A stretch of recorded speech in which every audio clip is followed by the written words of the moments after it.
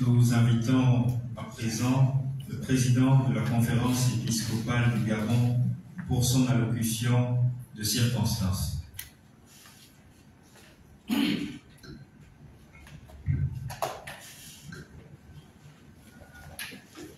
Chers confrères dans l'épiscopat, Monseigneur le chargé d'affaires de l'annonciature apostolique,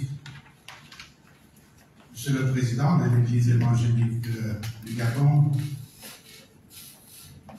chers prêtres, membres des différentes commissions épiscopales, chers religieux et religieuses, vous tous, aimables participants à cette 31e Assemblée plénière des évêques du Gabon.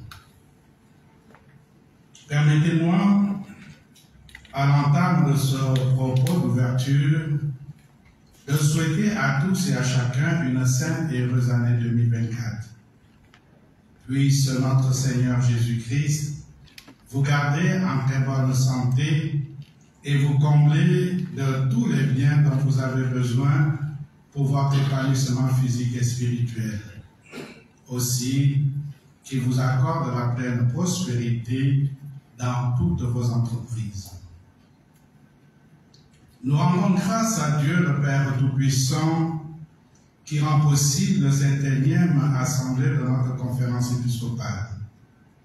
C'est dans la foi et la résilience que nous nous retrouvons une fois encore pour prier et surtout pour réfléchir ensemble sur la bonne marche de l'Église Famille de Dieu qui au Gabon, au gré des défis et des objectifs qui sont les nôtres. L'un de ces objectifs est de réaliser ce que préconise la Constitution pastorale de l'espèce du Concile Vatican II lorsqu'elle affirme « L'Église a le devoir, à tout moment, de scruter les signes des temps et de les interpréter à la lumière de l'Évangile, de telle sorte qu'elle puisse répondre d'une manière adaptée à chaque génération, aux questions éternelles des hommes, sur le sens de la vie présente et future et sur leurs relations réciproques. » Ces propos trouvent un sens particulier lorsqu'on tient compte du contexte sociopolitique qui est le nôtre au Gabon. Comme nous le savons tous, cette assemblée plénière se déroule au moment où notre pays vit et traverse une phase délicate et quasi inédite de son histoire. En effet, depuis le 30 août dernier, nous sommes sous la mouvance de la transition impulsée par le comité de la transition et de la restauration des institutions qui a pris le pouvoir après un coup de libération. Cet événement fait suite au message que nous, vos évêques, avions délivré lors de notre dernière assemblée plénière le 29 janvier 2023. Message dans lequel nous attirions l'attention de tous les acteurs politiques de tous bords confondus, ainsi que les acteurs de la société civile et puis les citoyens en général face aux dérives à éviter durant les échéances électorales qui étaient prévues.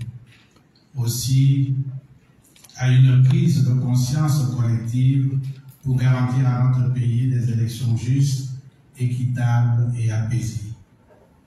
Mais malheureusement, le message de la conférence épiscopale a été incompris, voire même perçu comme une atteinte cruelle envers l'autorité étatique d'antan. Cela nous a même attiré une avalanche de critiques désobligeantes, allant même parfois jusqu'à remettre en cause nos bonnes intentions pour le développement de notre pays. C'est dans ce sillage que nous revenons cette année poser une problématique qui se veut actuelle et actualisante. En effet, le thème autour duquel seront menés nos travaux est « Engagement citoyen et politique du chrétien au Gabon ». Vous l'avez certainement compris, il est question cette année de scruter l'implication du chrétien dans la vie de la cité terrestre à laquelle il appartient et surtout quelle peut être sa participation dans la gestion des affaires publiques à la recherche du bien commun. La problématique vaut son pesant d'or, d'autant plus dans notre pays où d'aucuns pensent que la sphère politique ne concernerait pas directement ceux qui appartiennent au Christ. Longtemps alors à exclure ces derniers de ce champ important d'apostolat et d'évangélisation. D'un autre côté, les chrétiens, du moins certains, n'hésitent pas à se mettre en marge de la gestion de la cité, se refusant toute implication directe et véritable, avec les convictions et la force de leur foi à la vie politique de leur pays, brandissant ainsi à tort les paroles de l'Évangile selon Saint Jean en affirmant qu'ils sont dans le monde, mais ils n'appartiennent pas au monde. Jean 17, 11, 16. Cela nous invite donc à nous questionner. Le chrétien doit-il pleinement s'impliquer dans la vie politique et la gestion de sa cité? Pourquoi doit-il le faire? Comment doit se manifester son engagement à la différence des autres? Notre foi est-elle réellement incompatible avec la vie politique ou la gestion de notre cité terrestre? Que dit l'Église? Comment devrions-nous, comme chrétiens, accompagner le processus de transition que connaît notre pays aujourd'hui? Autant de questions qui trouveront des réponses pendant ces travaux que nous initions aujourd'hui. Toutefois, conscients du fait que la politique et la religion ont en commun l'homme, son plein épanouissement physique et spirituel, c'est effectivement le même homme qui est citoyen du ciel et qui appartient à une patrie terrestre précise. De ce fait, il est nécessaire, et je dirais même impératif, que ce dernier s'engage politiquement pour le bien de la cité terrestre, tout en gardant son être et son essence de chrétien, basé sur les principes de la doctrine sociale de l'Église qui sont le respect de la personne et de la dignité humaine, le bien commun, la subsidiarité, la solidarité, la destination universelle des biens et l'option préférentielle pour les pauvres. C'est en ce sens que les pères conciliaires nous instruisaient en disant « Le concile exhorte les chrétiens citoyens de l'une ou de l'autre cité à remplir avec zèle et fidélité leurs tâches terrestres en se laissant conduire par l'esprit de l'Évangile. » Gaudium Spes numéro 4. Toutefois, nous rappelons que l'activité politique, en quelque lieu où elle se déploie, doit être abordée et pratiquée dans un esprit de gravité, de lucidité, de rigueur et d'imagination créatrice.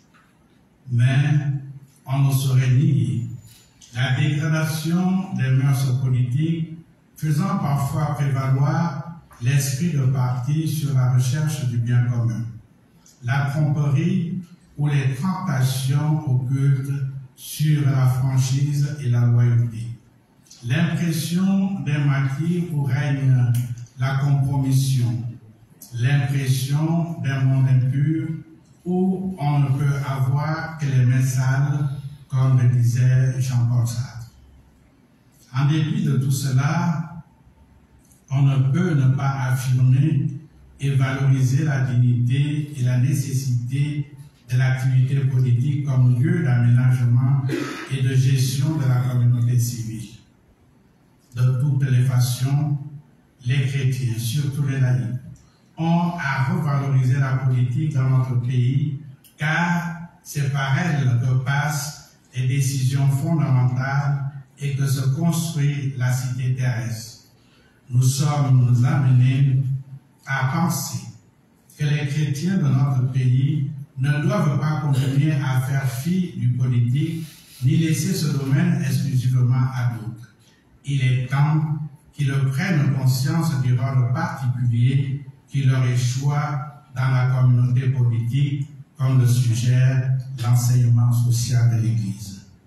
J'exhorte donc chacun de nous à se saisir de façon plus dynamique la thématique qui est la nôtre, afin de trouver ensemble les pistes et les réflexions qui pourront illuminer nos frères et sœurs pour qu'ils prennent une part plus active au développement de notre société et pour rester actuels à rendre effective notre participation à l'essor vers la félicité. Que la dite félicité englobe toutes les dimensions de l'homme pour un développement à la fois temporel et spirituel, tout l'homme, personnel et communautaire, tout homme, comme l'affirme le pape Saint Paul VI dans l'encyclique Populum Progressio. Je cite, « Le développement ne se réduit pas à la simple croissance économique. Pour être authentique, il doit être intégral, c'est-à-dire promouvoir tout homme et tous les hommes. Ainsi, à l'issue de nos travaux, nous pourrons délivrer un message salutaire et bienfaisant à tous les chrétiens, à toutes les forces vives de la nation et à toutes les personnes de bonne volonté. Sur ce, je déclare ouvert la 31e Assemblée plénière ordinaire de la Conférence épiscopale du Gabon. Je vous remercie.